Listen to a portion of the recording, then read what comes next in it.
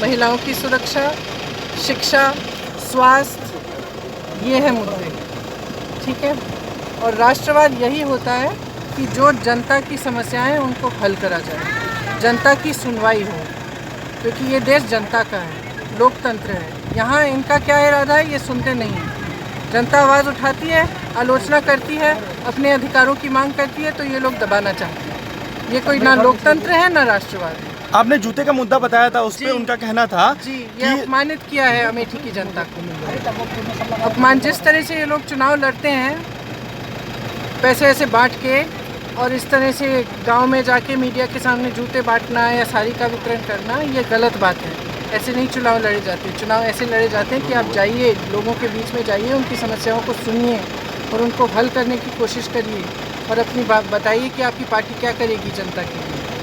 और अमेठी की जनता किसी के सामने कभी भी गिड़गिड़ाई नहीं है। मैं आपको बता देती हूँ, मैं अमेठी आ रही हूँ जब से मैं 12 साल की थी, ठीक है, तब से मैं आ रही हूँ। यहाँ की जनता ऐसी नहीं है, गिड़गिड़ाएगी नहीं। बहुत गर्व है, बहुत स्वाभिमान है अमेठी की जनता में और रायबरेली की जनता में। इस तरह की चीज़ें आप करें यहाँ आके तो लोगों को अच्छा नहीं लगता है। लोगों को ये लगता है कि आप उनका अपमान कर रहे हैं और नहीं करना चाहिए। राष्ट्रवाद, सबसे बड़ा राष्ट्रवाद यही है कि जनता का आदर किया जाए, क्योंकि जनता ने बनाया है, किसी और ने नहीं बनाया है नेता। कि ये वंशवाद और ये सब की बातें या राष्ट्रवाद की बात करते हैं, तो क्या ये सब चीज़ें, ये राष्ट्रवाद वर्सेस वंशवाद की, अब मैं ही मोदी हूँ, इस तरह का प्रचार? इसमें कौन सा राष्ट्रवाद है?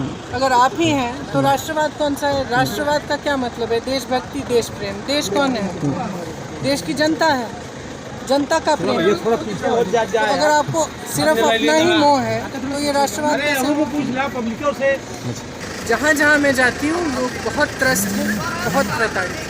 चाहे किसान हो, नौजवान हो, महिलाएं हो, छोटे दुकानदार हों, छोटे उद्योगपति हैं, बहुत ही त्रस्त हैं। क्योंकि जो इस सरकार की जो नीतियाँ रही हैं वो जन विरोधी नीतियाँ रही हैं, युवा विरोधी और किसान विरोधी।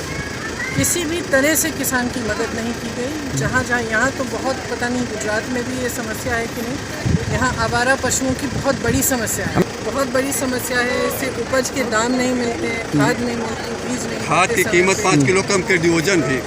खास करके लोगों का कहना है कि बिजली दी लेकिन बिजली नहीं करती, दूसरी चीज़ों की बहुत सारी चीज़ें। कहीं मैं गांव में गई, 35,000 की बिल आ गई, एकदम फर्स्ट। तो ये भी समस्या है कि बड़ी बड़ी बिल आती हैं, वो बेचारे फिर पीछे दौड़े रहते हैं कि किस तरह से हम इसको भरें। बिल जस्ट टिपिकल हो गया। कहीं कहीं तो यहाँ तो बिजली की समस्या ऐसी भी है उत्तर प्रदेश में कि बिजली आती भी नहीं है।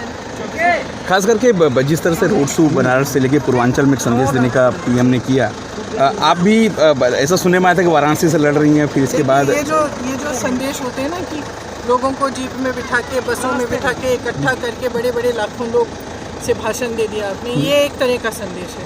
लेकिन आप घुलेंगे, मिलेंगे, जाएंगे क्षेत्र में, गांव में जाएंगे, लोगों से बातचीत करेंगे, वो एक दूसरा संदेश होता है। वो संदेश मैंने कभी ना प्रधानमंत्री जी से ना भाजपा के नेताओं से उभरता हुआ देखा।